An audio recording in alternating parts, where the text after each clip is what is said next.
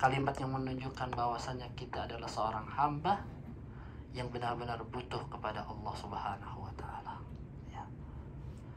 Jadi sekali lagi ini adalah merupakan kenikmatan yang Allah Subhanahu wa taala berikan kepada kita. Ya. Yang sudah sepatutnya kita harus mensyukuri kenikmatan ini. Kenapa?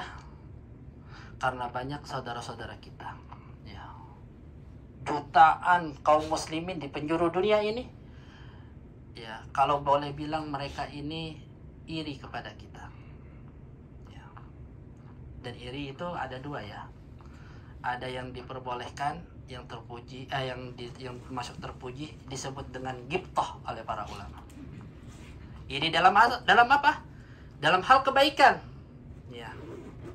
Dalam hal kebaikan itu diperbolehkan kita iri. Masya Allah, ya, Pak Fulan telah menunaikan ibadah haji.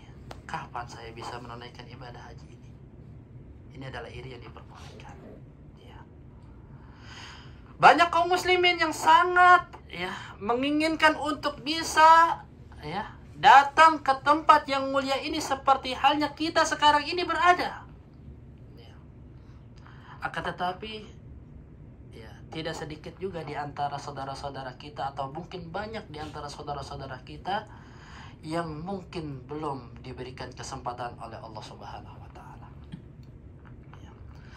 Ya, mungkin ada di antara saudara-saudara kita, ya, yang mereka mau datang ke sini tapi karena keterbatasan ekonomi. Ya. Atau mungkin ada saudara-saudara kita yang punya hartanya banyak, tapi ternyata tidak Allah Subhanahu wa taala berikan kesempatan karena faktor kesehatan. Ya. Atau mungkin ada saudara-saudara kita, dia ada harta banyak, diberikan kesehatan, akan tetapi belum Allah Subhanahu wa taala berikan hidayah dan taufik untuk bisa datang kemari. Belum Allah Subhanahu wa taala ketuk hatinya untuk bisa datang kemari. Banyak gak yang seperti itu? Banyak. Orang hartanya banyak, diberikan kesehatan, tapi nggak datang-datang ke tanah suci ini untuk memenuhi panggilan Allah Subhanahu wa taala. Dan alhamdulillah, para jamaah semua dari Amarto ini termasuk hamba-hamba pilihan Allah Subhanahu wa taala, yang Allah Subhanahu wa taala pilih untuk datang ke tanah suci ini untuk memenuhi panggilan Allah, untuk menyempurnakan rukun Islam kita. Karena memang rukun Islam tersebut, Islam ini dibangun atas 5 perkara. Bunyal Islamu ala khamsin. Islam itu dibangun atas 5 perkara. Syahadati an la ilaha illallah wa anna muhammadar rasulullah. Yang pertama adalah mengucapkan 2 kalimat syahadat. Asyhadu an la ilaha illallah wa asyhadu anna muhammadar rasulullah. Yang kedua adalah iqamatus shalah. Kemudian yang ketiga adalah ita'uz zakah, mendirikan salat, menunaikan zakat, wa shaum Ramadan, dan yang terakhir adalah wa hajjil baiti man istata'a ilaihi sabila. Jadi ibadah yang kita kerjakan sekarang ini adalah termasuk rukun dari rukun Islam. Ya.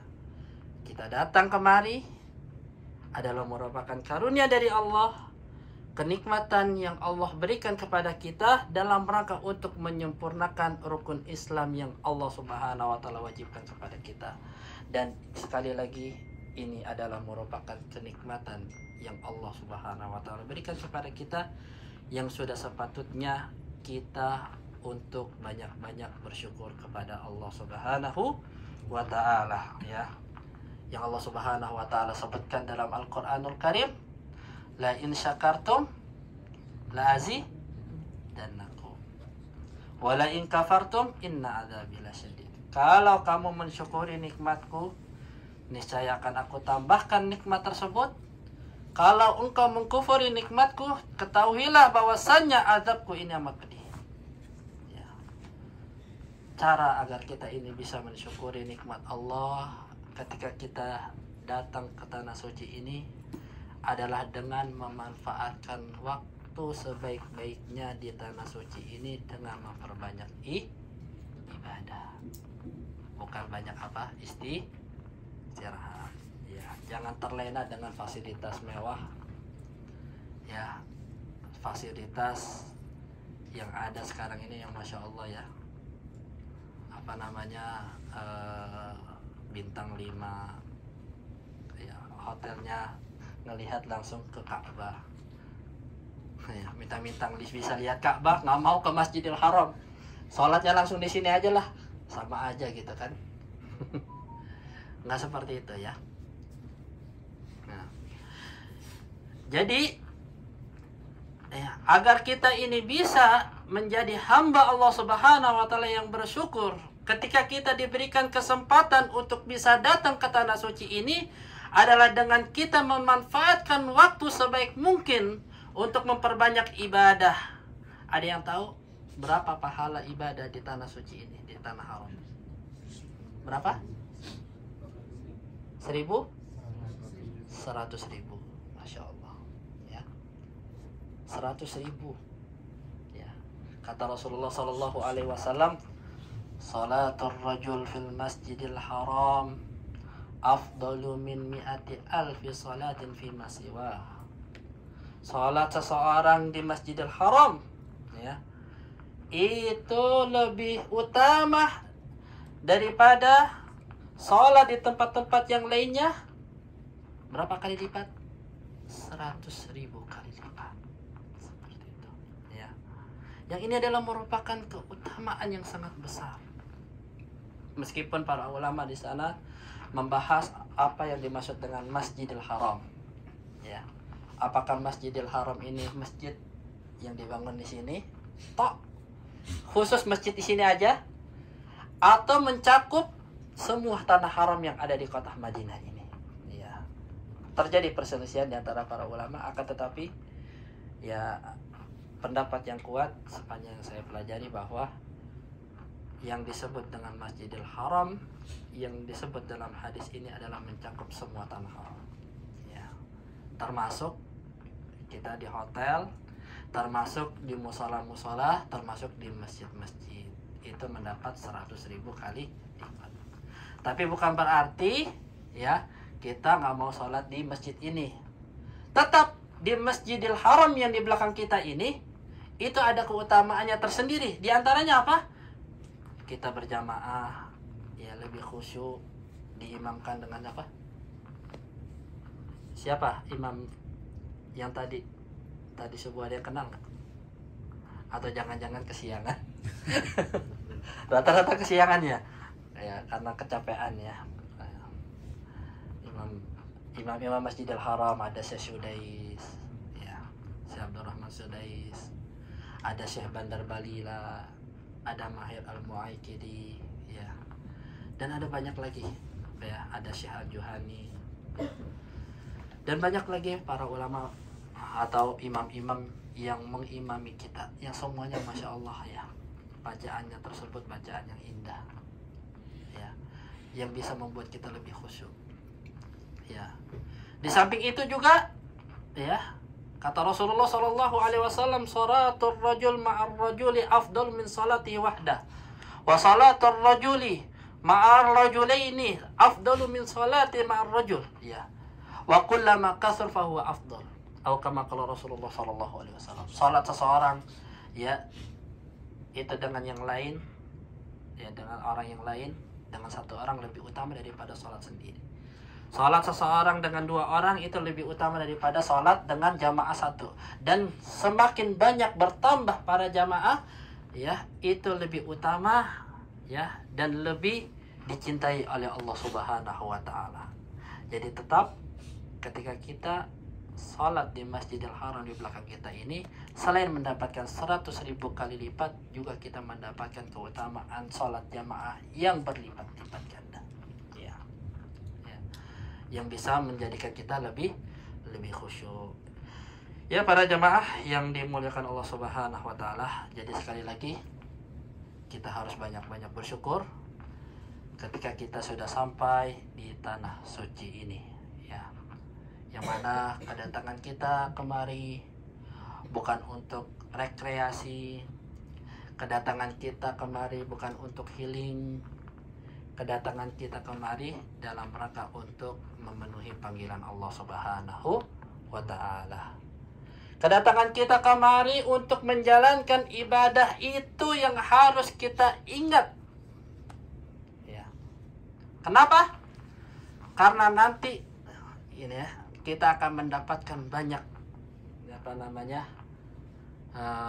cobaan-cobaan dalam menjalankan ibadah haji ini.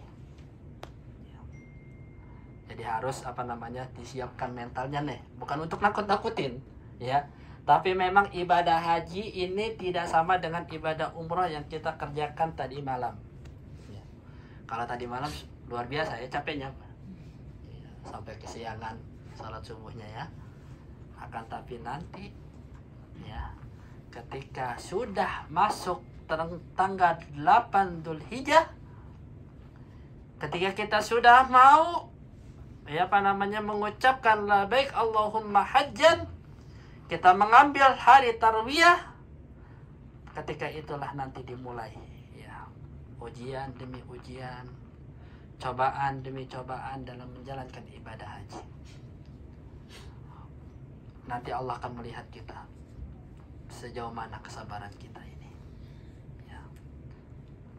Tanggal 8 Dzulhijjah kita mulai dari hotel transit, kita nanti akan ke Mina. Ngapain? Kita untuk ngambil tarwiyah, malam tarwiyah. Kemudian subuhnya kita akan dijemput menuju kemana? Ke Arafah. Dan kemudian dari Arafah kita nunggu sampai waktu zuhur, kemudian kita sholat zuhur dan asar dengan jamak qashar. Setelah itu kita wukuf sampai maghrib. Dari maghrib nanti kita akan dijemput menuju ke Musdalifah untuk mabit di Musdalifah. Kemudian sampai nanti waktu subuh tanggal 10 Dzulhijjah nanti kita akan dijemput lagi untuk datang ke Mina. Nanti setelah kita sampai di Mina kita langsung lempar jumroh. Ya, kalau memungkinkan kita tawaf ifadah. Kemudian ketika itu kita juga tahallul. Kemudian tanggal 11, 12, 13 kita bolak-balik dari Mina ke Jamarat, Mina ke Jamarat, Mina ke Jamarat. Jaraknya berapa? Ya. Berapa Pak Marwan? Ya sekitar belum fix. Iya. Jadi kalau persiapan aja idealnya itu sekitar 3 sampai 5 kilo. Iya. Itu kita jalan bolak-balik. Nggak ada kendaraan. Nggak, kalau sekarang mungkin banyak taksi apa gitu lewat gitu. Mungkin yang pernah umroh ya, itu mungkin biasa kalau lewat ziarah itu lewat napak tilas haji, lewat Mina, lewat Musdalifah masih bisa bis apa. Nanti kalau ketika tanggal 11, 12, 13 itu nggak ada bis, nggak ada apa gitu. Jadi kita jalan balik lagi ke Mina, ya. Berapa hari itu? 8, 9, 10, 11, 12, 13, 6 hari kita terus melaksanakan ibadah dari satu tempat ke tempat yang lain, membutuhkan kesabaran yang sangat luar biasa ya. Makanya oleh sebab itu Rasulullah SAW menjanjikan bagi mereka yang berhasil untuk menunaikan ibadah haji secara mabrur, apa balasannya? Al-hajjul mabrur laisa lahul jaza illa al-jannah. Haji mabrur ya, itu tidak ada balasannya dari Allah Subhanahu wa taala kecuali surga. Langsung Allah Subhanahu wa taala yang jamin bagi kita bahwa orang yang melaksanakan ibadah haji secara mabrur maka dia akan dibalas oleh Allah Subhanahu wa taala surga. Bukan hanya sekedar ampunan dosa, akan tetapi Allah jamin surga. Dengan syarat, apa syaratnya? Hajinya tersebut mabrur. Apa sih haji mabrur itu? Haji furoda. Harus ikut furoda gitu. Ya, bisnis furoda yang ini dong, yang untung nanti. Pak Marwan yang makin kaya. Iya. Haji mabrur itu adalah haji yang bisa mendatangkan kebaikan bagi kita. Ya. Haji yang mabrur itu adalah haji yang bisa menjadikan kita sebelum kita melaksanakan ibadah haji kita dahulu adalah seorang pendosa. Seorang yang banyak melakukan kesalahan. Seorang yang banyak melakukan kemaksiatan. Ketika kita selesai melaksanakan ibadah haji, kita menjadi hamba yang kembali kepada Allah, bertobat. Haji yang mabrur itu adalah haji ketika kita sebelum ibadah haji tersebut adalah merupakan insan yang penuh dengan dosa, penuh dengan keburukan. Ketika selesai melaksanakan ibadah haji, kita menjadi lebih baik.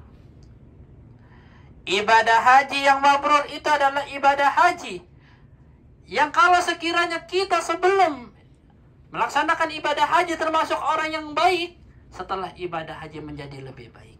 Itu haji yang mabrur. Nanti kita bisa lihat, nggak usah kita tunjuk-tunjukkan, nggak usah kita lihat-lihat orang lain, tapi kita lihat ke kaca, lihat ke diri kita masing-masing. Kira-kira kita sudah berhak belum mendapatkan predikat haji mabrur nanti? Kalau belum, sekiranya belum nih, haji lagi ya, haji lagi sama amartur. Kalau sekiranya belumnya, masih belum nih, saya harus haji lagi. Ya. Masih nampung Pak, masih nampung loh Pak Marwan, langsung senyum-senyumnya. Jadi haji mabrur itu sekali lagi haji yang bisa mendatangkan kebaikan bagi kita. Ya. Kita bisa mendapatkan jaminan surga dari Allah ketika kita melaksanakan ibadah haji ini dengan mendapatkan haji mabrur. Ya. Bagaimana kita bisa mendapatkan haji mabrur? Pertama, ya, hendaknya dalam melaksanakan ibadah haji nih, sebelum tanggal 8 nih, ya, kita harus benar-benar pasangkan niat kita hanya kepada Allah. Kita ikhlaskan nanti ibadah haji kita ini bukan untuk riya, bukan untuk sum'ah, bukan untuk mencari pujian, bukan untuk agar orang ini melihat kita melaksanakan ibadah haji, bukan. Ya. Ibadah haji mabrur bisa kita peroleh dengan kita mengikhlaskan ibadah haji kita tersebut. Kata Allah Subhanahu wa taala, "Wa atimmul hajjah wal umrata lillah." Sempurnakan hajimu dan umrahmu tersebut untuk siapa? Apakah untuk manusia? Tidak. Tapi untuk Allah Subhanahu wa taala. Ya, coba kita mulai sekarang ya, kita periksa niat kita. Apa tujuan kita datang kemari? Apakah kita datang kemari untuk bisa mendapatkan gelar hak? Apakah kita datang kemari agar orang-orang ini bisa melihat kita ini sedang melaksanakan ibadah haji, mencari pujian orang? Ya, kalau sekiranya ada niatan-niatan seperti itu, rubah niat itu mulai sekarang. Ikhlaskan niat tersebut hanya kepada Allah Subhanahu wa taala. Ya. Niatkan ibadah haji kita ini dalam rangka untuk memenuhi panggilan Allah Subhanahu wa taala. Kalau bisa jauhi selfie-selfian ya. Ya, selfie-selfian ketika di Arafah, selfie. Ketika di Mina, selfie. Gitu. Jauhi seperti itu. Cukup kita foto-foto untuk dokumentasi yang ada di travel aja sebagai laporan. Kalau bisa para jamaah jauhi selfie-selfian ketika nanti sudah melaksanakan di tanggal 8 Dzulhijjah sampai seterusnya. Usahakan untuk menjauhkan hal-hal yang bisa mendatangkan kita ini riya, yang bisa mendatangkan kita ini sum'ah. Makanya dalam niat ibadah haji tersebut salah satu riwayat ada tambahan labaik Allahumma umratan atau labaik Allahumma hajjan la riya'an wala sum'ah. Ya Allah, aku penuhi panggilanmu ya Allah untuk melaksanakan ibadah haji atau ibadah umrah yang tidak ada riya di dalamnya dan tidak ada sum'ah. Riya artinya adalah agar kita ini melaksanakan ibadah agar orang itu melihat kita. Sum'ah artinya adalah kita melaksanakan ibadah agar orang tersebut menyanjung kita. Seperti itu. Jauhkan hal-hal yang seperti ini agar ibadah haji kita ini bisa menjadi ibadah haji yang mabrur ya. Yang mudah-mudahan ya para jamaah yang dimuliakan Allah Subhanahu wa taala, Allah Subhanahu wa taala berikan taufik bagi kita untuk bisa mendapatkan predikat haji dan mabrur. Kemudian ya, di antara lagi keutamaan ibadah haji para jamaah yang dimuliakan Allah Subhanahu wa taala yang telah dijanjikan oleh Rasulullah sallallahu alaihi wasallam dalam hadisnya yang mulia, tabi'u bainal haji wal umrah fa innahuma yukaffirani adz-dzunuba wal faqr. Kata Rasulullah sallallahu alaihi wasallam, ikutilah haji dan umrahmu tersebut. Ketahuilah, karena haji dan umrah bisa menghapus semua dosa-dosa kita dan bisa menghapus kefakiran. Ya. Sekali lagi, tadi telah kita singgung bahwa ibadah haji kita yang kita keluarkan dengan biaya yang begitu mahal itu tidak sebanding dengan kenikmatan yang Allah berikan kepada kita. Ya. Karena nanti ya biaya tersebut akan Allah gantikan sesuai dengan hadis yang mulia ini. Allah akan hapuskan ya kefakiran pada diri kita. Allah akan janjikan kita ini tidak akan jatuh miskin, tidak akan jatuh kefakiran. Dan Allah akan hapuskan dosa-dosa kita. Ya. Kalau dosa-dosa kecil sudah terhapus secara otomatis. Tapi kalau dosa-dosa besar harus diiringi dengan apa? Dengan kita bertaubat. Gimana cara kita bertaubat? Pertama, kita harus beristighfar kepada Allah, meminta ampun kepada Allah. Yang pertama harus ada yang namanya azm, kekuatan, keinginan yang kuat, tekad yang kuat untuk meninggalkan kemaksiatan yang pernah kita lakukan. Yang kedua adalah ikhla, meninggalkan kemaksiatan tersebut benar-benar. Ya. Yang ketiga adalah nadam, ada perasaan menyesal dalam menjalankan kemaksiatan yang pernah kita lakukan. Itu adalah taubatun nasuha. Jadi agar kita bisa terhapus dari segala macam dosa-dosa. Kalau dosa itu adalah dosa besar, harus ada yang namanya taubatun nasuha. Ya. Yang mudah-mudahan ibadah haji yang kita kerjakan ini semoga bisa menghapus dosa-dosa kita. Semoga bisa menjadikan kita ini termasuk hamba-hamba Allah Subhanahu wa taala yang Allah Subhanahu wa taala cintai. Semoga kita bisa mendapatkan haji yang mabrur. Ya mungkin kita nggak bisa lama-lama ya dalam kajian ini karena nanti tiap hari kita akan ada kajian. Ya sedikit-sedikit aja, yang penting bisa menjadi manfaat bagi kita ya. Karena sudah mulai matanya 5 watt ya, sudah 5 watt ini ya. Takutnya nanti pindah ke lain alam nanti ntar nih cara jamaah. Kita cukupkan dulu kajian kita sampai di sini. Mudah-mudahan ini bisa memberikan manfaat bagi kita. Tafadhal kalau ada yang mau tanya jawab. Ada yang mau ditanyakan? Ya silakan.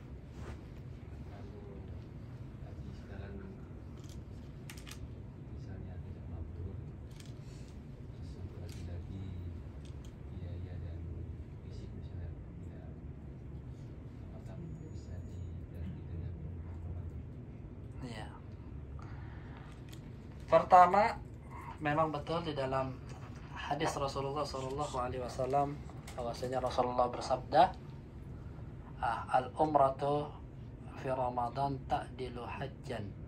Dalam riwayat yang lain, ta'dilu al-hajja ma'i.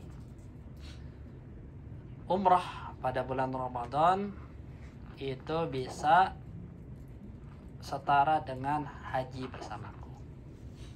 Ini dari segi keutamaan. Tapi bukan berarti yang pertama ya hadis tersebut tidak berarti menunjukkan bahwa umrah pada bulan Ramadan itu menggugurkan ibadah haji, tidak. Ini hanya sekedar keutamaan. Sama seperti sholat syuruk, ya. Apa keutamaan sholat syuruk tersebut? Orang yang sholat subuh berjamaah, dia duduk berzikir sampai terbitnya matahari, ya. Kemudian dia sholat 2 rakaat, kata Rasulullah SAW, maka dia akan mendapatkan haji sempurna. Haji sempurna. Bukan berarti itu menggugurkan ya, kewajiban ibadah haji. Itu yang pertama. Kemudian ya, yang kedua, ya, bahwasannya di dalam ibadah haji yang kita kerjakan jangan pesimis dulu. Harus optimis dan harus husnuzan kepada Allah Subhanahu wa taala. Jangan belum apa-apa kita sudah mau pesimis. Jangan-jangan haji kita nggak mabrur. Tapi harus husnuzan, dan harus husnuzan kepada Allah disertai dengan menjalankan sebab. Ya. Jangan pesimis, harus husnuzan dulu. Iya, seperti itu. Husnuzan kepada Allah, mudah-mudahan ibadah haji kita ini diterima oleh Allah. Mudah-mudahan ibadah haji kita ini ya, ibadah haji yang bisa mendapatkan ampunan dari Allah, yang bisa menjadikan sebab kita dimasukkannya surga ke dalam bisa menjadi sebab kita dimasukkannya ke dalam surga Allah Subhanahu wa taala. Harus husnuzan terlebih dahulu. Ya. Jangan suudzon. Betul. Memang seorang muslim ya, ketika selesai melaksanakan suatu ibadah, dia ada kekhawatiran kalau ibadah tersebut tidak diterima. Ya, itu harus kita tanamkan. Ada kekhawatiran. Ya. Ya. Karena kata Allah Subhanahu wa taala dalam surat Al-Mu'minun, "Walladzina yu'tuna ma atau wa qulubuhum wajilah." Dan orang-orang yang telah Allah Subhanahu wa taala berikan karunia bagi mereka, ya, hati-hati mereka tersebut takut.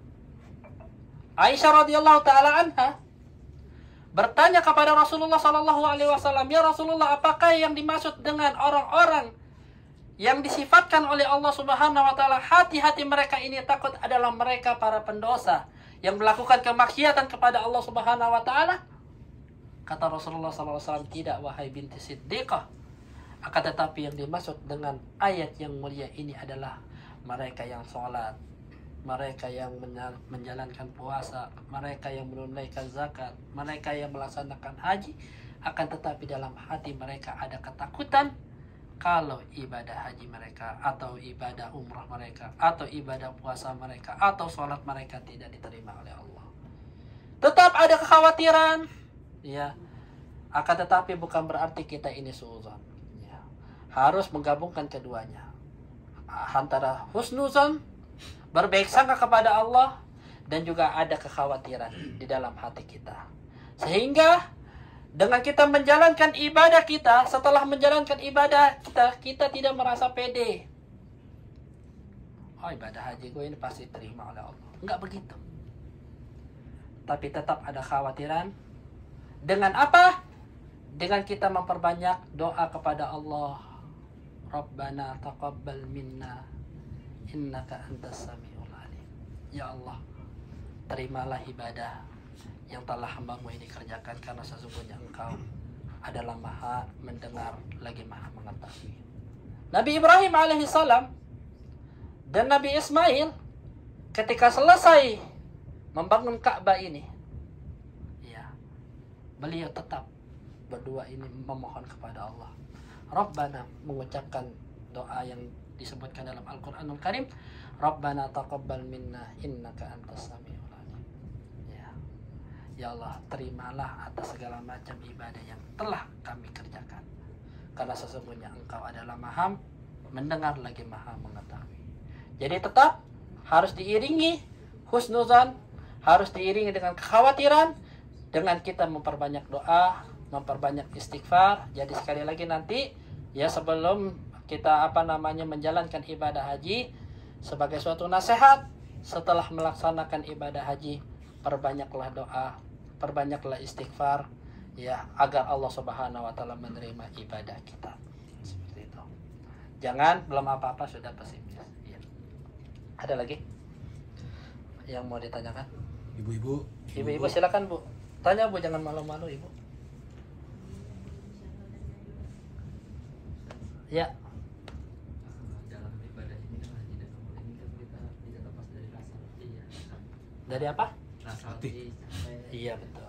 Nah, pernah dengar juga bentuk duduk atau bentuk istirahat yang dilarang oleh Rasulullah itu seperti apa? Dalam waktu sholat atau apa? Ya mungkin dalam situasi apa aja, misalnya setelah sholat kita kan kadang kalau ini apa udah kita posisi seperti ini menahan pegal gitu, atau saya pernah dengar ada yang dilarang gitu, kira-kira Iya. seperti apa Ustaz? Ada beberapa duduk yang memang dilarang. Pertama, dalam waktu sholat. Dalam waktu sholat ada duduk yang disebut dengan duduk ik'a.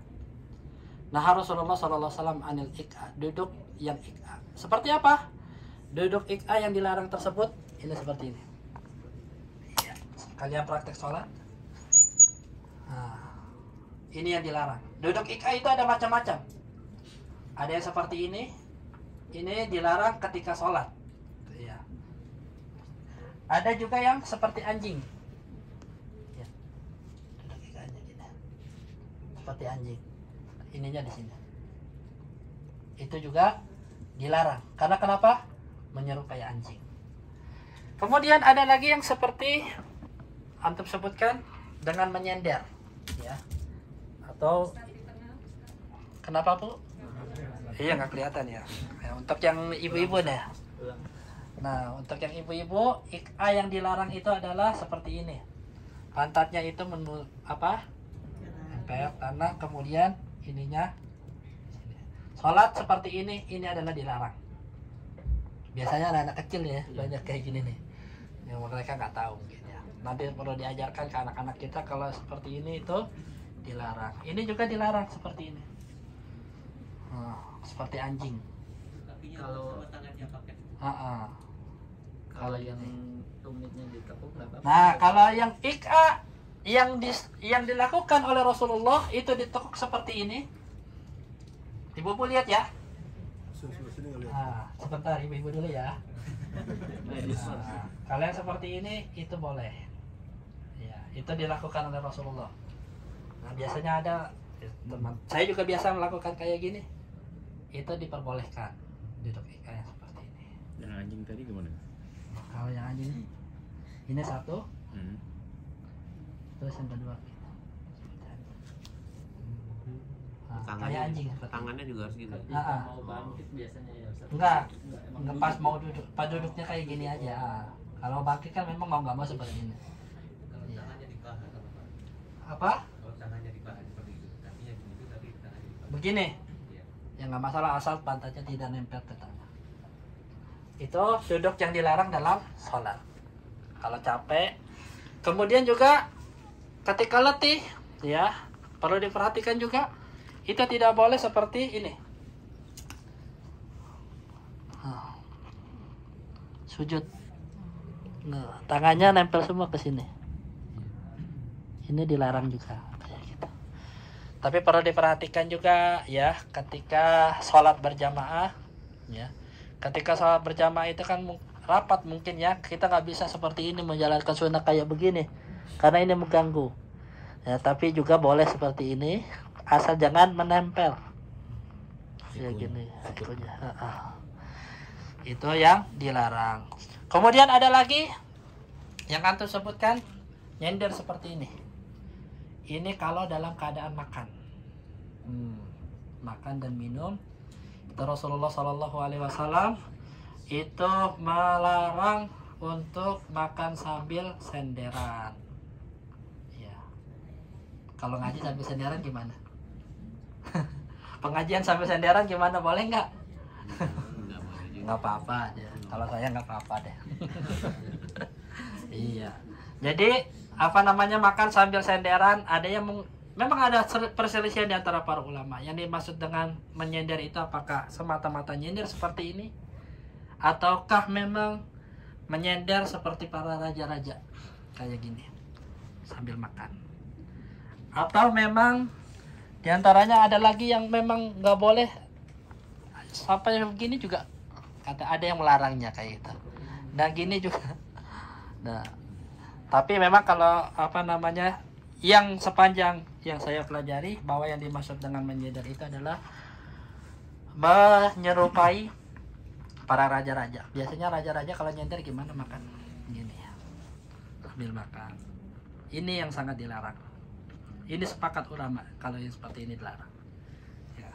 Adapun kalau kita letih nyender, hanya sekedar nyender, itu dilakukan. Bahkan setahu saya ada riwayat ya, diantaranya Nabi Ibrahim, kemudian Rasulullah juga pernah nyender. Ya, itu tidak dilarang seperti itu. Ada memang waktu-waktu tertentu dalam keadaan-keadaan tertentu yang memang dilarang. Itu. Ya, wallahu taala alam. Ada lagi yang mau ditanyakan? Masih ada. Ya. Melanjutkan yang rasa letih tadi Ustaz, tadi pagi saya itu kan menemani istri sa'i ya. Saya nggak full menemani istri ini, tiba-tiba saya duduk nih, tiba-tiba ada ibu-ibu yang nggak kuat sepertinya Ustaz. Sa'i mungkin dia nggak genap 7. Nah ini sebaiknya gimana ya Ustaz ya kalau dia nggak sampai 7 kali ya? Apakah kalau bisa atau kenal dilanjutkan lagi, suruh lanjutkan sa'inya. Gitu. Kalau memang ibu-ibu, ada di ibu-ibu travel kita nggak? Bukan. Ini orang lain yang kita kenal. Kalau kita bisa negur, kita tegur. Kalau memang nggak mau ditegur, ya udah. Berarti apa namanya, bukan kewajiban kita. Kita sudah menyampaikan. Kalau dia nggak menerima, ya sudah. Ya itu urusan dia. Seperti itu. Apakah bisa dilanjut dengan kursi roda? Bisa. Atau besok dilanjutkan Ustaz? Boleh. Kalau besok mungkin ini akan apa namanya, sudah lama seperti itu ya.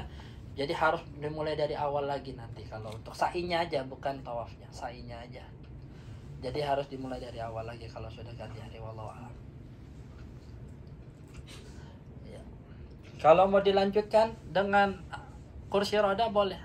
Umpamanya putaran pertama dari Safa ke Marwah, dari Marwah ke Safa, kemudian dia Safa ke Marwah nggak kuat, di pertengahan jalan dia memakai kursi roda, boleh. Seperti itu. Ada lagi? Cukup ya? Kalau pakaiannya itu harus ihram. Untuk apa? Misalkan kan Iya, untuk tawaf, untuk sa'i gitu kan. Pada asalnya kalau kita tawaf sunnah bukan dalam keadaan ihram, tidak harus pakai kain ihram. Tapi di sini peraturan, kalau mau masuk ke Ka'bah harus pakai kain ihram, seperti itu. Jadi kalau mau sekiranya para jamaah atau mau melaksanakan tawaf sunnah, pakai kain ihram aja, seperti itu. Dalam rakaat apa? Bukan syarat, tapi memang peraturan dari apa namanya, Masjidil Haram sekarang ini setelah corona ada peraturan baru, yang tidak pakai kain ihram tidak boleh masuk ke Ka'bah. Gitu. Nah, makanya kalau ibu-ibu bebas mau masuk, mau apa namanya, kapan aja bisa ke Ka'bah. Ya. Kalau apa namanya ditanya apakah harus pakai kain ihram, jawabannya kalau tidak dalam keadaan ihram, ya, dalam rangka untuk umroh atau haji yang melaksanakan tawaf sa'i, maka itu tidak diharuskan. Ya, kalau tidak dalam keadaan ihram, umpamanya mau tawaf sunnah, dahulu tawaf sunnah pakai pakaian bebas boleh. Atau mungkin sa'i menemani istri, tidak harus pakai kain ihram. Tapi sekarang peraturan harus pakai kain ihram untuk apa namanya, meminimalisir ya kepadatan, seperti itu. Ya, cukup ya, kita cukupkan sampai di sini. Ya, terakhir ya. Ya. Makan kita kadang dirikan kaki kanan, ini boleh enggak? Untuk makan kayak seperti itu nggak masalah, insya Allah nggak masalah untuk apa namanya, kaki kanan seperti itu. Bahkan termasuk sunnah kayak gitu, begini makan, kaki kanannya diangkat, kita makan seperti ini. Atau mungkin kayak gini nggak masalah juga. Iya. Tadi saya sudah sebutkan bahwasanya larangan bersandar ketika makan itu bentuknya seperti apa, terjadi perselisihan di antara ulama. Tapi pendapat yang kuat yang saya ketahui adalah seperti tadi, menyandar seperti halnya para raja-raja ketika makan. Ya. Sudah terakhir, kita tutup dengan doa kafaratul majlis. Subhanakallahumma bihamdika asyhadu an la ilaha illa anta astaghfiruka wa atubu ilaik. Assalamualaikum warahmatullahi wabarakatuh.